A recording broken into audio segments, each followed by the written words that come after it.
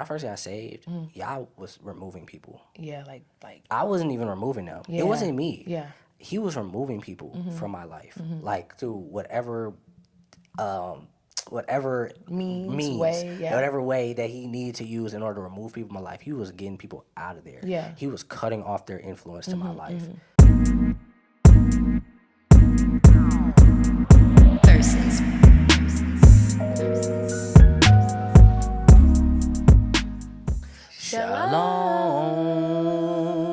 Shalom.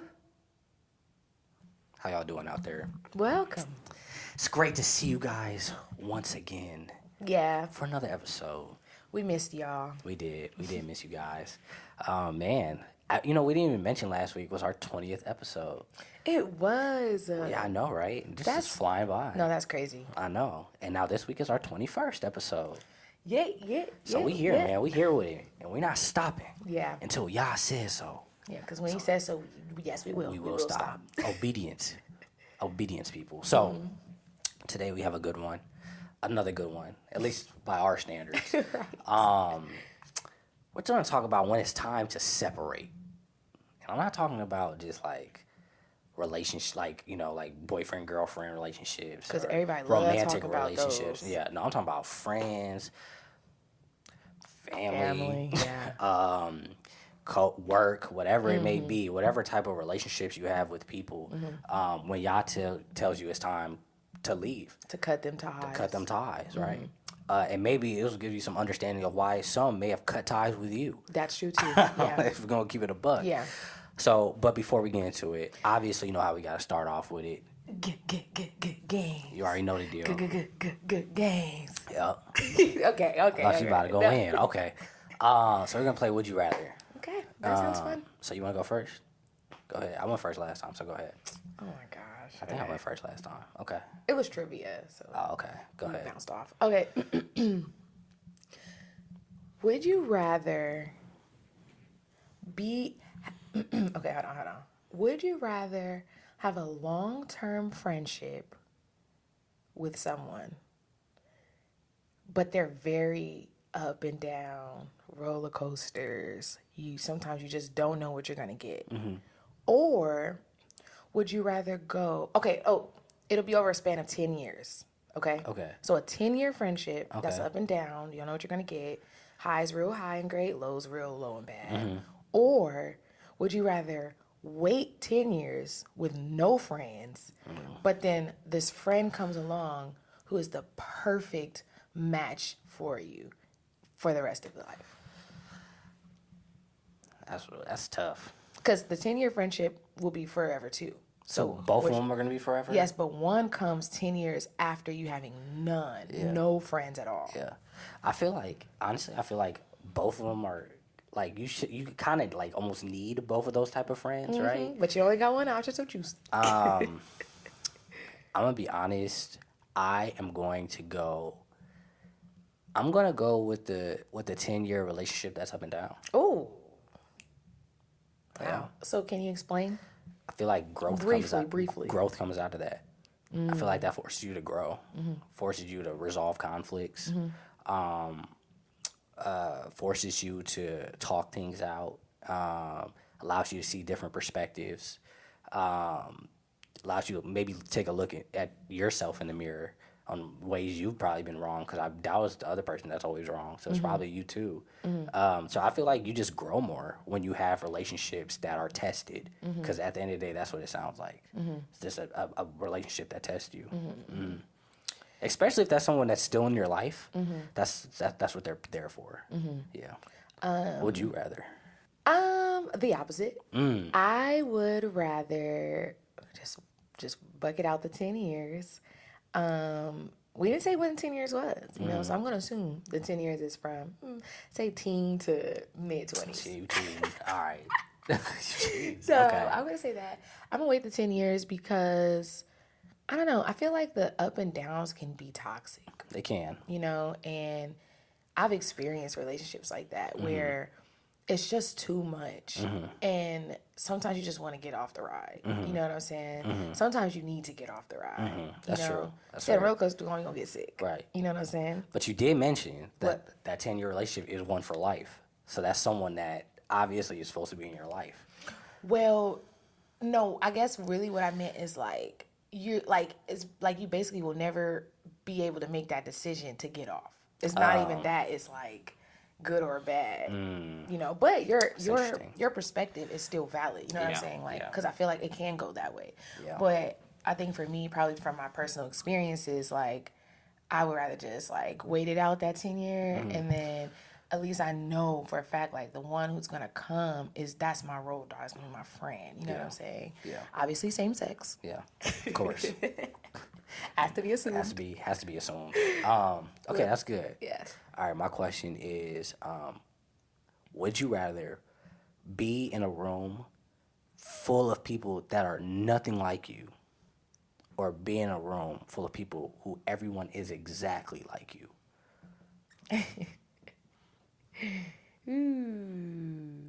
Okay, so sometimes I do get attacked by that spirit of anxiety when it comes to like being in a room full of people that I don't know. I get really shy. So it sounds more comfortable to be in a room with people all just like me. But I know the answer that I'm going to choose is to be in a room with people who are nothing like me. Wow. Only because I know that's where I'm going to really grow. You know what I'm saying? Hopefully they're all smarter and wiser than me so I can learn. I don't want to choose that one, but that's the one I'll go with. Yeah, fair enough. I would do the same because it's just like interesting sometimes. You don't want to be around people like you? You're It's great. just I am right. You're not supposed to say I'm, that. I'm sorry. I repeat it. No, I enjoy myself, but Yeah. at the same time, it's like I like meeting new people who are nothing like me, give me new ideas, perspectives, Yeah. like, forces you to step outside that comfort zone and get to know someone, Yeah. I think that's really good in life. Yeah, I think it is too. I think it's neat. And y'all made us all different. For a reason. For a reason. So that we can grow together and learn differences. Yeah. But also learn, similarities as well. So I feel like that's good to be in a place where you're not like anyone else, honestly. Wow, yeah, that's good. Yeah. Good questions. Yeah, good questions. Thought about that one like 5 minutes ago. Same here, buddy. All right. So let's get into the topic. Okay. So when Yah tells you to separate, when he says this is no longer working, this relationship is more of a hindrance than it is, beneficial to your life and to your walk. Yeah. What's that like? It can go a lot of different ways. Okay, first let's start talking about what that is, right? Because Yeah, I what feel is like that? I feel like when Yah tells you and calls you to separate from somebody, that is because you are no longer equally yoked. You know what I mean? Or you never were. So what is being equally yoked or unequally yoked? Because I'm Okay. sure that might be some people's first time hearing that term. Yeah, for sure. So, well, first let's take them to the verse. Okay. So that always gotta root it in the word. Right. So here you go, babe. You want me to? Well, let me turn to it. Go ahead. You turn to it because you look quicker. A little. A little bit. Whatever. 2 Corinthians 6:14, and it says, Do not be unequally yoked together with unbelievers. For what fellowship has righteousness with lawlessness? And what communion has light with darkness? Yeah. dang. And it's as simple as that. As simple as that. So that's the verse. We're gonna go over it a little bit more, but I do want to give y'all the Strong's Concordance definition of what it is. Oh, look at that. It's already here. Good. Perfect. Okay, so unequally yoked together is actually one word. Yeah, that's in the interesting. Greek. It's heterozugeo, I believe. Here, play it. Strong's G 2086. Heterazugeo. There we close. go. Heterazugeo. That was good. Heterozugeo. Okay. So, That's all one word. And that happens sometimes in the word. So it actually says that it means yoked with a different yoke, obviously. Used in Leviticus as the union of beasts of different kinds, so animals of different kind. For example, an ox being yoked to a donkey. Two completely different animals, two completely different strengths. Then another one is to come under an unequal or different yoke. And then the other one, I believe, to have fellowship with one who is not an equal, where the apostle is forbidding Christians to have intercourse with idolaters. So It's deep. I feel like in Corinthians, like that's I feel like he's more going along those lines. Is just being tied or connected to someone that is not on the same path as you. Right, because even if you think about it, a yoke is something that they used to put animals in. Which, by the way, I'm around their neck. gonna post a quick picture. This gonna be a new edit. That's a This new is a new edit. edit. Okay, yeah. So post a quick picture right here, right hopefully here. right here, of what a yoke is, but it goes around the neck. Yeah. So it attaches them. You know, that's when they would talk about a yoke of oxen. Yeah. That in also in the Bible, you know, Right. they would have them connected together in order to fulfill a job. Yeah. In the field. Right. Yeah. And so, I do find it interesting that, the Strongest Concordance did say like connecting yoke of different beasts, right? Granted, we're not beasts, of course, but if you think about it in a metaphorical way, like say you have I'm going to say this, but say you have the strength of an ox, right? You have endurance, you have these things, you are, and really you have that strength because you have Yah. But then say that you're tied to someone else, which usually happens when you get saved, right? Now you have all these other ties and connections to people who are not believers. And you're no longer an unbeliever. You know what I'm saying? So say you're tied, or you have a best friend, or you have someone that like you were really, really close to that does not have Yah and doesn't have that strength. Now, and they're a donkey, right? You're an ox, they're a donkey. Now you're dragging them along, you're carrying most of the weight, you're pushing through, you're taking on more than you can handle to the point where it becomes detrimental to you. It starts negatively affecting you. It starts hurting you. And it starts hurting how Yah and preventing how Yah is able to use you because you're connected to this person. And you gotta think about this too. Like an ox and a donkey have two different roles. Like they have two different jobs. Yeah. So you got one doing one job, the Yeah. other doing another job. Yeah. So now y'all are not syncretized together. And you all are now going different directions, or like you said, like Yeah. one's pulling the other. Yeah. And it just pulls you down and kind of, ruins your walk in a certain way. I'm gonna be honest, that's a very good analogy you use too, because that can be used with believers. Like you can be unequally yoked. Just because you're saved and the other person is saved does not mean that you guys are supposed to be connected. And that's a good perspective as well. Yeah. If y'all have different functions, Yeah. you know what I'm saying? Like you can't connect a foot to a hand, like you gotta connect the foot to the ankle and then to the shin and then like, you know what I'm saying? Yeah. So That's true. I feel like that's It's like even if y'all in the body, like at the end of the day, y'all have like the same love.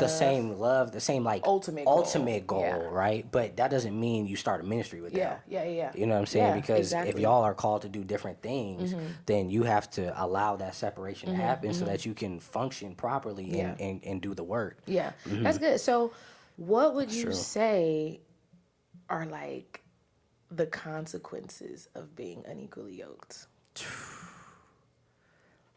First and foremost, like let's take the believer-unbeliever thing, right?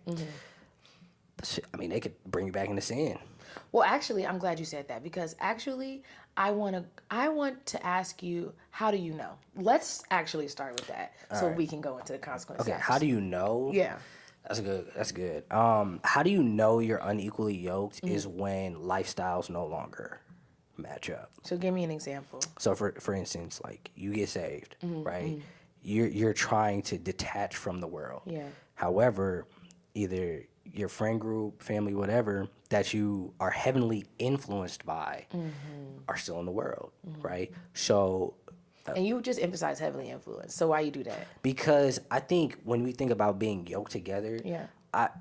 you have to be influenced by that person. Yeah. Like for instance, you can have like relationships, but you're not influenced by that person. Like they can't make you do anything. They can't get you to do anything. They can't change your mind. You're not talking to them every day. You're not talking to them every day. They don't know that much about Yeah, you. You know what I'm saying? Because y'all will put people in your life to check on, Yeah. to pray for, Yeah. like stuff of that nature. Yeah. However, it's when you start becoming influenced, when they can start changing your mind, like changing your actions, things of that nature, right? So you just get saved. Let's say I just get saved, and I got a best friend or something. He's like, "Come on, let's go out. Let's go out. Come on, let's go out. Come on, let's go smoke. Let's go get Best drunk. friend. Let's go get drunk or something Right. like that." And I'm like, I'm not really not trying to, but okay, I'm gonna go anyway. Yeah, I'm gonna go. This is my best friend. Like Yeah. I don't want to disappoint my best Yeah. friend. Like you're unequally yoked. However, like you're yoked to that person, so he can still drive you to sin, or she Yeah. can still drive you to sin, Yeah. and drive you to disobedience. Like that's a super red flag. You know, you're trying to get right, and you're trying to live holy and set apart. However, you're still getting dragged down. Yeah. You know what I'm saying? Yeah. And opposite as well. Like you know what I'm saying? Like if you that friend and you've realized your friend is separating themselves from you, it's a reason they separating themselves from Yeah. you. Because you are dragging them down. They trying to live holy and set apart. And you're dragging them down, trying to bring them back into sin and trying to almost justify your lifestyle. You know what I'm saying?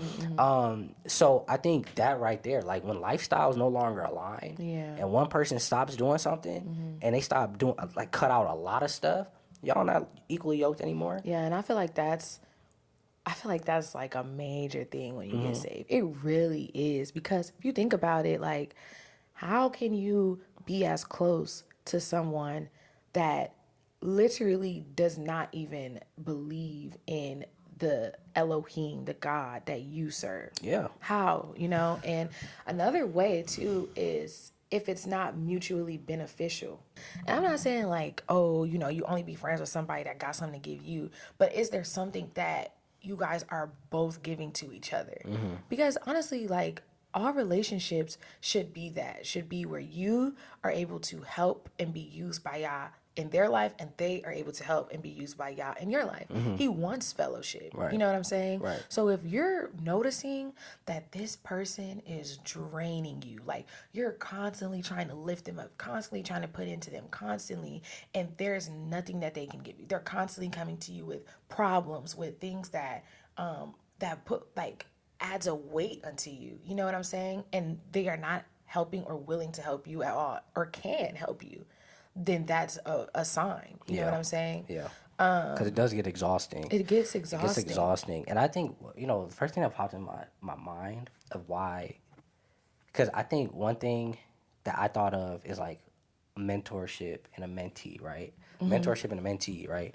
Even that relationship is mutually beneficial. Yeah. You know what I'm saying? Because as a mentor, you're pouring in to your mentee, but your mentee also gives you new perspective. Yes, gives definitely. you know what I'm saying? Discipleship, Like, it's basically. yeah. So it's still mutually beneficial, and then you're seeing them do great things Yeah. and stuff like that. Yeah. So you're benefiting as a mentor to your mentee. You're learning how to like serve too. Yeah, you know exactly, what I'm saying? exactly. Both of you are learning how to serve. Exactly. Yeah, for sure. Like mutually beneficial. That's very important. Yeah. You know, I believe that he wants us to help one another. Yeah, You know, exactly. he tells us to help one another. Exactly. And to love one another. Right. But if it's to the point where you're not getting any love just at draining. all, and it's just draining, you They're need to not pray pouring about into that. you. They're Yeah. just not. It's nothing being poured in. You're just constantly pouring out.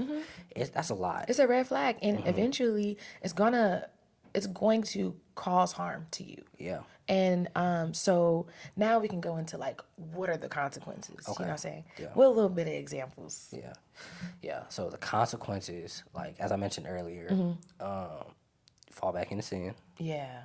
That's You know, the biggest that's one. really big. Yeah. You know, and I noticed like, especially in like my life, and you know, when I first got saved, y'all was removing people. Yeah, like I wasn't even removing them. Yeah. It wasn't me. Yeah. He was removing people from my life, like through whatever means, way, yeah. whatever way that he needed to use in order to remove people from my life. He was getting people out of there. Yeah. He was cutting off their influence to my life. You know, and I remember I was like, yeah, like I got no friend. I Yeah. barely got any friends anymore. Yeah. You know what I'm saying? But then I realized because of that, I was able to grow more.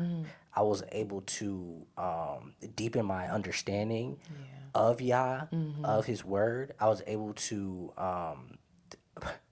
be delivered from a lot of things. Yes. You know what I'm saying? Through His Word. Because you gotta run. Man. You gotta run. Yeah. You can't be associated with that stuff anymore if you really want to grow. Yeah. You know, now if you're content with being where you're at, okay, like, you know. Which can lead into lukewarmness. Which lead into lukewarmness and sin. Yeah. At the end of the day, you know, so it's actually His grace, right? That He is removing people from your life. Yes. So that you know you're no longer influenced, and so that you can live that godly, set apart life that He intended you to live. I would I think that's a good point. It's important to change your perspective on it, especially as like, you know, if you guys are believers who are just now like coming in and you're starting to see like, you know, Yah remove people or people like remove themselves, which is the same thing.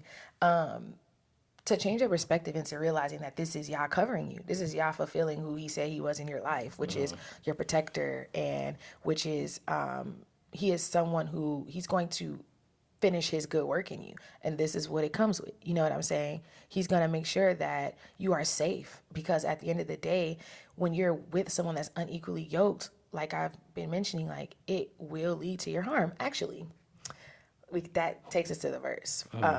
1 Corinthians 15. Yeah. Here, give me that one too. No, you read it. I want you to read it.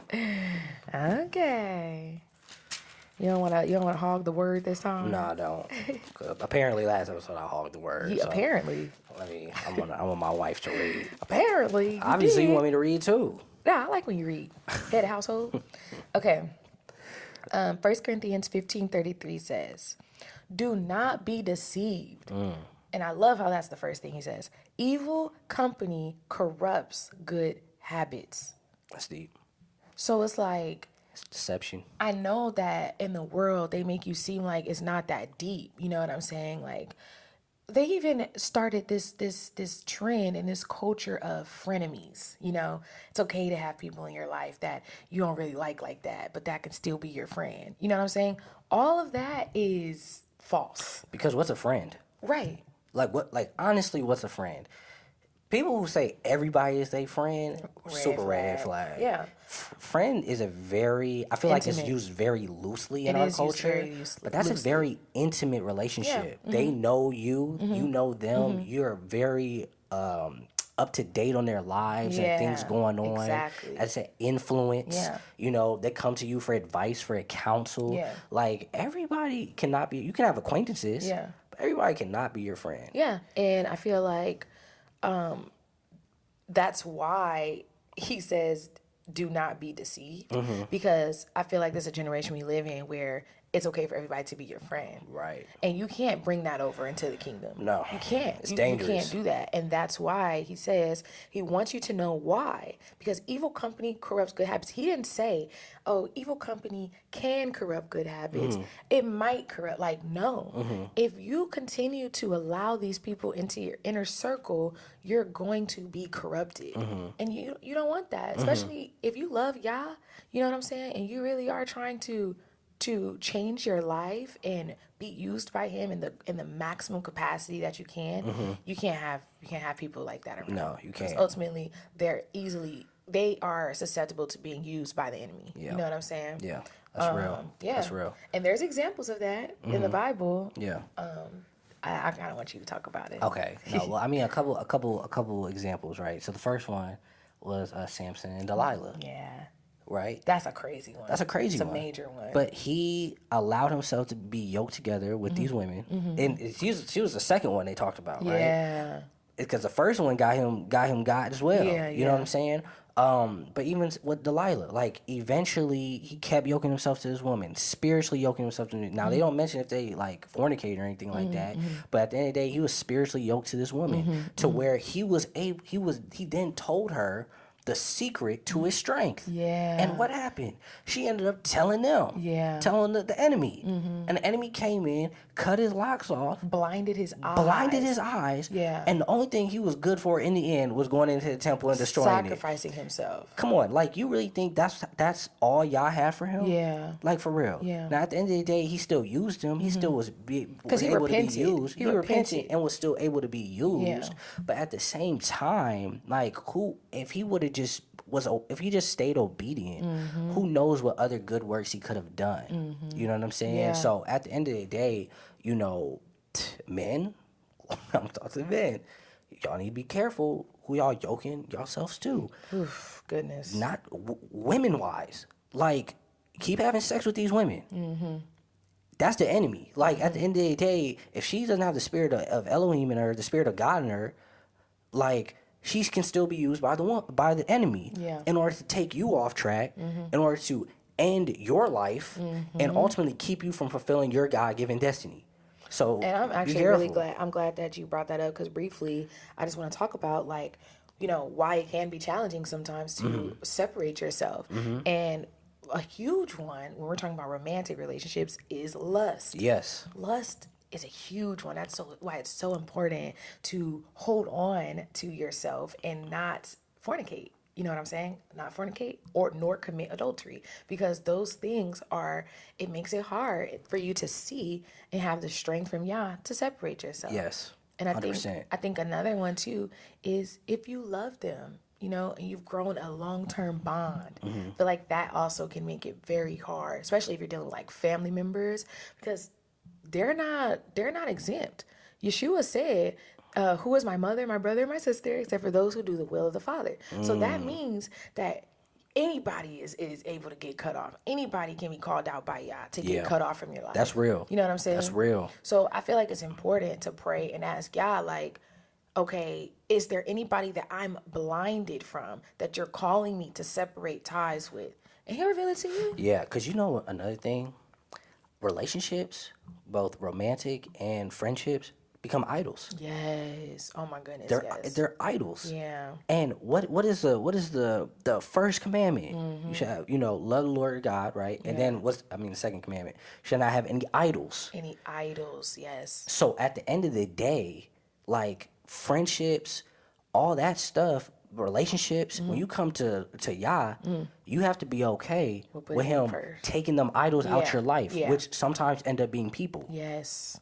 All relationships. It might, you know what I'm saying? So he's going to go through every relationship you have and take whoever he wants from that, so that you only worship him and not that person. Amen to that. And just is what it is. And that just is what it is. Wow. So that's another thing then too, like, how to know, like, is that person an idol? Like, if it's an idol, he's taking them. Yeah, You're probably unequally yoked. He is taking them. At least for the season. Yeah. So, yeah, that's a good one. So, briefly. Okay. Because we're coming to our end now. Okay.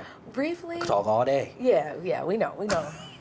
Briefly, what are the benefits of being equally yoked? Let's get into some encouragement, giving people incentives. Why it is okay if Yah calls you to separate. Well, Yah created relationships, right? Which means that we need each other in order to fulfill His will. Yes. Yeah, I completely agree. I feel like at the end of the day, fellowship is important. Yah created fellowship, and He created it to be a certain kind of way. You know, He created us to support each other in a certain kind of way. That's true. And I feel like a good example, we were watching this Bible cartoon with our daughter, and they were talking about Moses. And there's a part where the Israelites are going against I believe it's the Amalekites. And basically, Yah tells Moses to hold up this pole in order for them to win. I'm going to read it real fast. Yeah. So Exodus 17, 8 through 13. Now, Amalek came and fought with Israel in Rephidim. And Moses said to Joshua, choose us some men and go out, fight with Amalek. Tomorrow I will stand on the top of the hill with the rod of Elohim in my hand. So Joshua did as Moses said to him and fought with Amalek. And Moses, Aaron, and Hur went up to the top of the hill. And so it was, when Moses held up his hand, that Israel prevailed. And when he let down his hand, Amalek prevailed. But Moses' hands became heavy. So they took a stone and put it under him, and he sat on it. And Aaron and Hur supported his hands, one on one side and the other on the other side. And his hands were steady until the going down of the sun.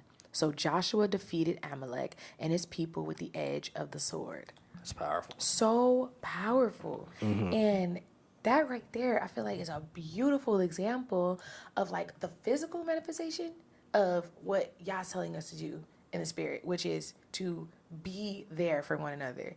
Be equally yoked so you can properly support one another. Because at the end of the day, Moses could not have done that by himself. Right. And Yah knew that Moses could not have done that by himself. He set it up so that he could have the support and show and paint a picture to even us in the future of how important it is to bear one another's cross. That's true. You know? That's so good. That's so good. Because when one of us wins, all of us win. All of us win. We all win. We're you not know? meant to, and that's the thing when it, like, you know how leadership can get perverted and to where they become domineering, become dictators, you know, because at the end of the day, we need everyone.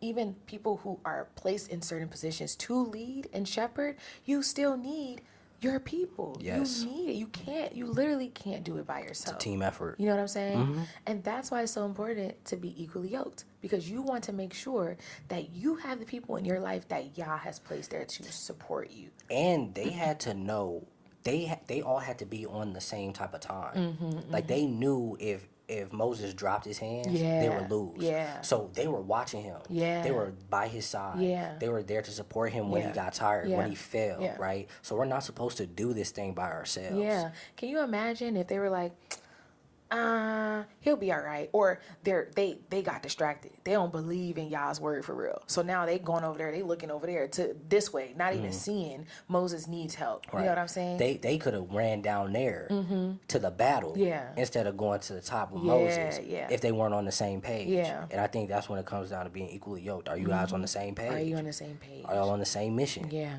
You know? Their job may be different from your job. Yeah. You may be the one holding up the pole. Yeah.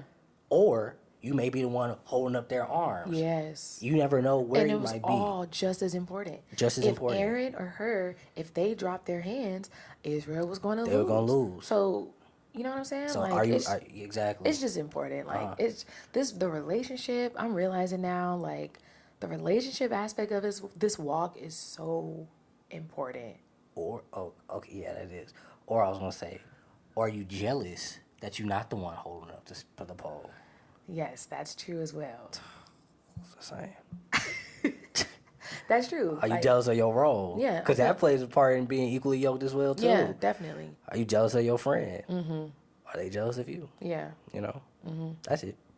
So we feel like we just want y'all to know, like, at the end of the day, really take a good look. And the only way you can take a good look is to pray. And ask y'all, like, who's supposed to be here, who's not. Yeah. So. That's good. That's good. Anything you want to leave our family with? I always got something to leave them with. No, I think everybody should do an audit of their people. Yeah. Of the people around them, of the people who have influence over them, of the people that don't have influence over them.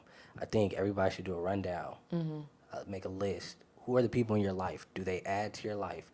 Is it mutually beneficial? Do your lifestyles line up with each other? And be honest with yourself and ask the Father, like you said, to remove the blinders from your eyes so you can see who should be here and who should not be here. Yeah. And I think it's time to start making those tough decisions and start separating ourselves and allowing the Holy Spirit to do what he needs to do in order to change you, because he's not going to be able to work efficiently and effectively if certain people are still in your ear being used by the enemy to keep you at where you're at. Yeah. So that's what I'm think, leaving at. just to add on to that, I think you need to ask yourself, are they causing you to sin? Is there anything that could be blinding you from hearing Yah correctly when it comes to this relationship? And do they love Yah? Mm-hmm. I feel like those are like, if you ask yourself those 3 questions, that can really help you with like being able to determine, you know, am I unequally yoked? If you are unequally yoked, then you got to separate yourself if you want to grow, you know. Yeah. So At the end of the day, we all need people. we all need people. Yeshua had his disciples. Yeshua He did. could not have done all the work he did without having people in his life to help him. And he's Elohim, okay? Yeah. He's God. Yeah. And he even needed people. Needed people and had relationships. Yeah. So it is important. Yeah. Yeah. So that's all, y'all. You know, we're not telling y'all anything that we're not like literally dealing with Or have dealt with. both, for sure. So, yeah, we just pray that, you know, you guys have the eyes to see, the ears to hear, and the heart to understand Yeah. what it is that Yah used us to tell y'all. Yeah. So that's it. Like and subscribe. You already know the deal. Share, you know, spread the word. And we'll be back, y'all willing, next week. we love y'all. And don't forget, family's not exempt. Yeah. Shalom. Shalom. Persons